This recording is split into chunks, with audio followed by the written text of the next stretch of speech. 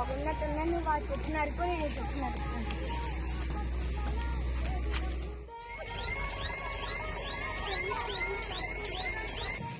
Friends చూడండి, అక్కడ ఎవరో చెట్లు నరుకుతున్నారు. ఆపుదాం పదండి.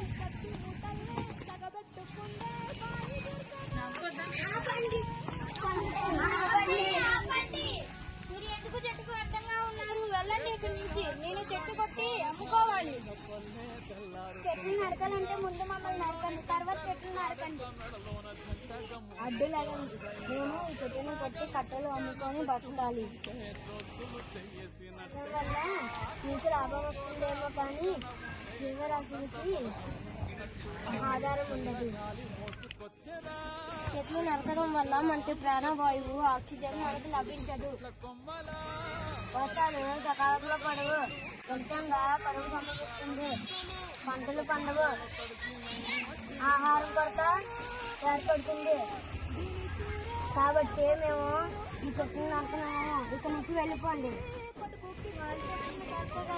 మనం చెట్లు నరకడం మానేద్దాం.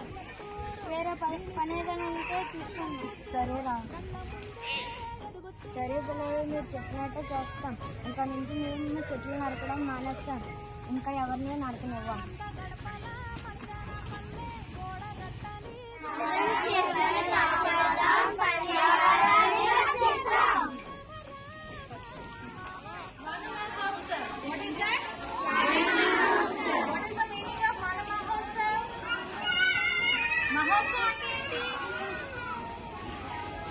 Festival of trees. ట్రీస్కి కూడా ఫెస్టివల్స్ ఉంటాయా? ఉండవా? ఓకే, ఫెస్టివల్ ఆఫ్ ట్రీస్ అంటే ఏం లేదు. జనరల్గా మనకి ఈ సీజన్లో వర్షాలు ఎక్కువ పడతాయి కదా. సో ఈ టైంలో నంబర్ ఆఫ్ ట్రీస్ ఎక్కువగా ప్లాంటేషన్ చేస్తే తొందరగా బతికి జూలై 1 నుంచి జూలై 7 వరకు, అంటే ఈ 1 వీక్ కూడా వన మహోత్సవం సెలబ్రేట్ చేసుకుంటారు. వరల్డ్ వైడ్ జరుగుతుంది ఇది. ఓకేనా? అంటే ఏంటి, ఈ టైంలో ఎక్కువ ప్లాంటేషన్ చేయమని అర్థం అనమాట. సో దానికే వన మహోత్సవాన్ని మనం 1 వీక్ సెలబ్రేట్ చేసుకోవడం జరుగుతుంది. సరే, వీటికి ప్లాంట్స్ ఎక్కువ చేయాలి, ప్లాంటేషన్ ఎందుకు చేయాలి? What is the use of plants?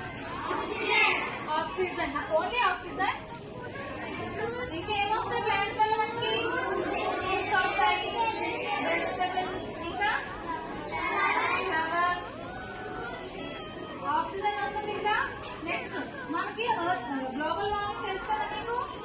Earth వేడెక్కిపోకుండా pollution అవి కంట్రోల్ చేయాలంటే మనకి ఎవరు హెల్ప్ చేస్తున్నారు? సో మనం అలాంటి ట్రీస్ మనం ప్రొటెక్ట్ చేసుకోవాలా?